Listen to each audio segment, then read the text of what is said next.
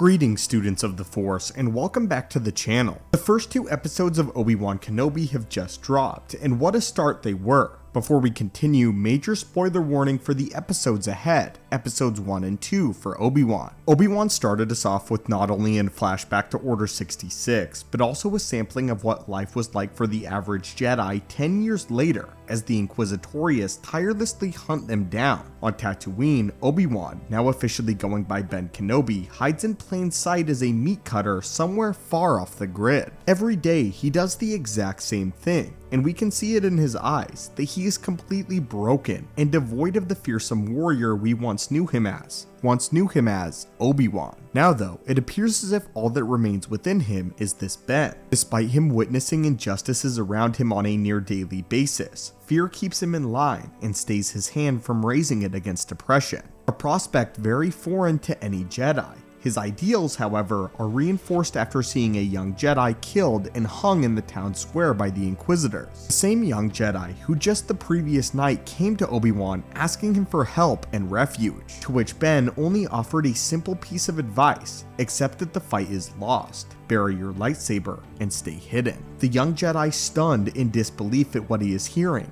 asks Ben what happened to him, a question many of us viewers also want answered. Ben would later mention 2, if not 3 times in episode 1 that he was not the man that he used to be. Well, at first, it appears as if his comments mean personally, as he is clearly not the wisecracking brave leader we knew from the Clone Wars era. But in fact, Ben means something quite literally by these statements in every sense of the word.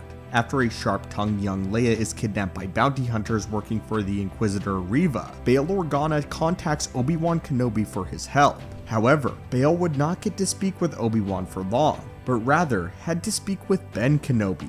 I would like to take this opportunity to explain why I differentiate the two, that being Obi-Wan and Ben. Obi-Wan and Ben are two different people in the exact same sense that Anakin and Darth Vader are separate as well. Two sides of the same coin to be sure, but still separate entities. Obi-Wan is a Jedi general, a fearless leader who stares danger in the eye and always has something smart and clever to say back to it. Ben is a lonely and a broken old man, a worried and withered soul with a great deal of fear within him. This fear is never more apparent than how it is perfectly captured within this series. Anyway, Bail's plea to Ben went very differently than how the senator thought it would go. Rather than speaking to his old friend of 10 years, Bail would be met with the shadow of a once great and powerful Jedi Master. Instead, being met by a man that continuously made excuses for why he couldn't rescue Leia, before ultimately telling Bail up front that he was not the man to be used for the job. Not accepting no for an answer, Bail flew directly to Tatooine himself and confronted the former Jedi Master in a desperate call for help. Ben tried again to shoot him down and mentioned that he wasn't the man that Bail thought he was. However, the senator finally convinced the Jedi,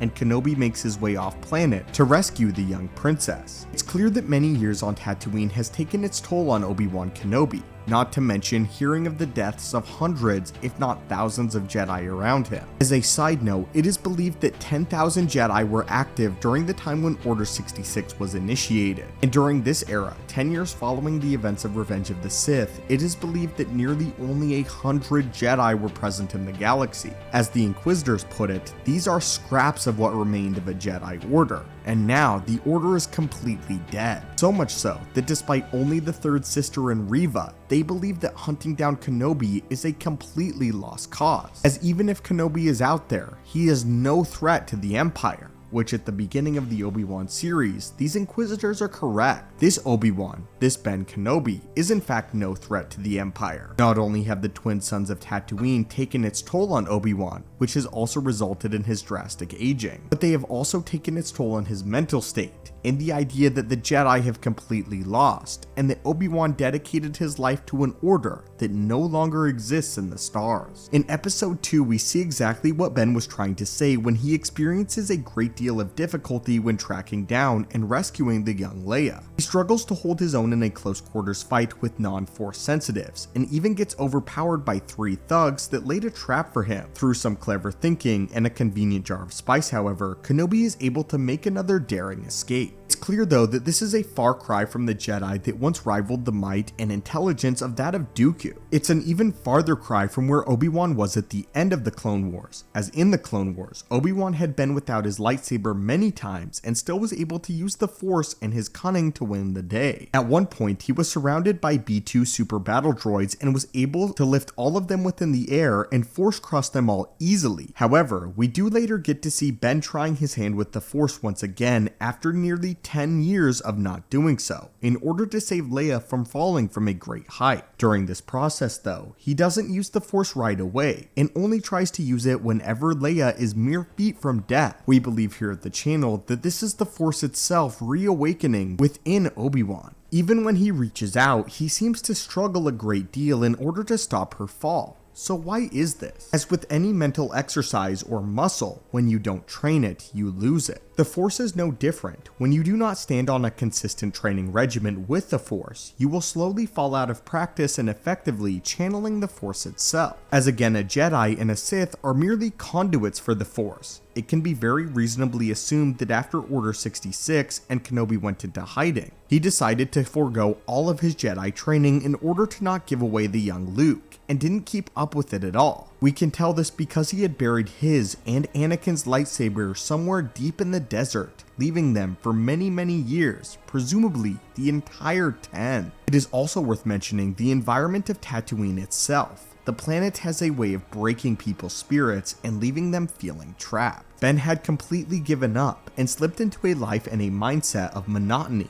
Every single day he went on and did the exact same thing as the day before. If this wasn't enough salt in his wound, however, Owen Lars had increasingly become more and more hostile to the former Jedi, and now Ben can't even interact with the last remaining visage of his old life in Luke. You can see it in Obi-Wan's eyes that he is empty, shattered, and beaten down. His will has been broken, and now he is full of fear and absent within the Force itself, similar to that of Luke in The Last Jedi. 10 years of this and lack of physical training has left him weak to the point that the former war general cannot even hold his own in a street fight with regular beings that cannot touch the gifts of the Force. I believe that this makes the threat of the Inquisitors a much more real and prevalent one, as we saw Obi-Wan struggling to keep up on his feet with a frightened young Leia, whilst at the same time, the fit and freshly trained Reva was nimbly leaping from rooftop to rooftop, using the Force to augment her step and her way with expert precision and no trouble at all. At this stage of the game, Ben Kenobi will not be able to hold his own in a duel with any of the Inquisitors unless he draws upon the Force extremely deeply, much less that of Darth Vader though, unless he begins to open himself back up to the Force and retain his muscles and his will to fight within. But anyway, friends and students of the Force, what did you think about the first 2 episodes of Kenobi? Comment below what you are hoping to see in future episodes, and as always, may the Force be with you, and have a great day.